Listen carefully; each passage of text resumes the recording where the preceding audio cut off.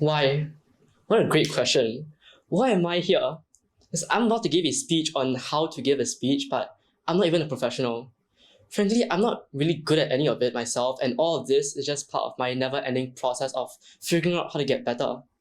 Now, this whole journey can be traced back about 7 years, and not just primary 2. We had to give show and tells, and everyone was given their turn. Back then, primary 2, I was pretty small. First time speaking with an audience, I was so excited, but I knew nothing. So for the next week or so, I was fumbling around, panicking. What do I do? What do I bring? What can I bring? I don't want to mess this up. Until I finally gave up and decided to wing it. The day itself, I went up with just some pencil I probably found on the floor somewhere, and I really dragged the walk up to the front to prepare to sell this pencil as the most show and tell worthy pencil in the world. You might be thinking, what's the worst that could happen, right? I maybe embarrass myself for saying something stupid. Well, actually,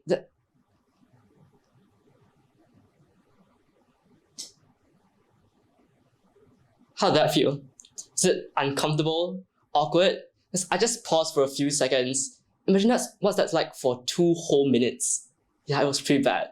I stood there in front of 40 people, mind blank, eyes darting around the room at my classmates' very blank, seemingly confused faces. But there was nothing I could do, and the walk back to my seat was the worst. Yeah, it is a terrible feeling. Yeah, many of us have heard of it. Yeah, many of us have felt it. The fear of public speaking has haunted me since that day, and it's haunting many of us right now. You know what's the worst part? So many of us know it, but there aren't many who actually want to face it. I count myself lucky because I had such a wonderful, nurturing teacher who had taught me to pick myself up and come back harder.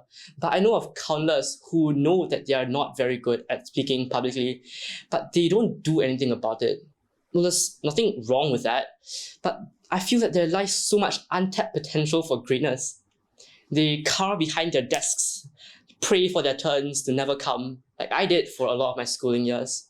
Until 3 years later, I got offered the role of MC for my school's 70th anniversary, and I took it because I knew that this was going to be a major turning point in my speaking journey, and I was not about to let it slip.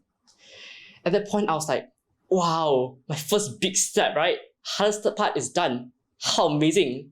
All that has to do now is to not fail the speech. You're halfway there. But wait, there's more. I was given a script and I was told to prepare for the next few months, but did I actually do that? No. At the time, I was thinking, well, I already have the script, right? What more is there to do? I can just read it. I skipped on actually knowing the content of the script, but I should have tried. I should have familiarized myself with it. I should have known it upside down, inside out. But I didn't realize it then, and my emceeing went horribly. I stumbled on words, rushed my reading to see what comes next. I confused everybody, including my partner. After first few speeches, she came up to me and was like, "Bro, do you sleep enough? Something seems off." Oh yeah, I slept plenty, and no, there wasn't anything wrong. It was just my lack of preparation. It didn't feel that great, and I could have sworn it didn't look that great either. This feeling's probably why fighters aren't supposed to learn how to fight after they get in the ring. Same logic. But my nervousness I got on stage wasn't completely my fault. The audience was pretty scary too. I was speaking to a lot of them, some parents, teachers, ministers, and my very own friends. Of course, I caught some blank faces, some bored faces, some intense glares, but I also saw some smiling at me.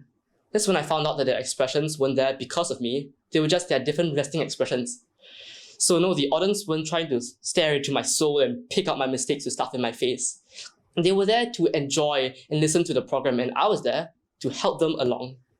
You know what's so great about this?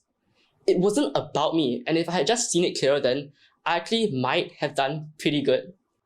Now with all that, there was still an incredibly important component to getting past my fear of public speaking. Practice.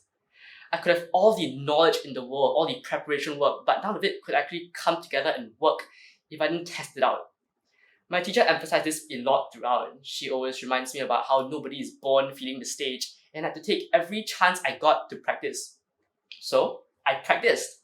I practiced reading to people, I practiced listening to people. Every chance I got, every subsequent show and tell on my sharings in class, and even the class presentations, I took on all as just another opportunity to improve on my speaking skill. I often found that faking a smile got really far, fake it till you make it. And even right now, I'm still grinding out everything I can think of to try and crack the code to public speaking.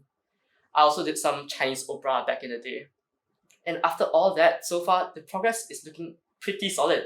After all, I am sitting here talking to you guys, aren't I? Although I've never really enjoyed the idea of public speaking, I still dread getting chosen. I still dread having to not mess up in front of so many people. But I absolutely love the experience. I love the learning process. I am starting to love the spotlight, and I love helping other people improve. My class sharings after the 70th anniversary celebration were much better. I was less afraid. My friends would come up to me after their sharings, and I would help them do their fears like a jolly good friend. It is really fun having a platform where you have the power to just share. You have the power to let people listen and think. And I would hate to see so many people missing out on such great opportunities like this. But really, there is no clear-cut method to get good at public speaking. And what I've shared today is only what has worked for me so far. So go on out there, try it out, find what works for you. What could possibly go wrong? Even I'm still standing. Remember that is your life. Live a little.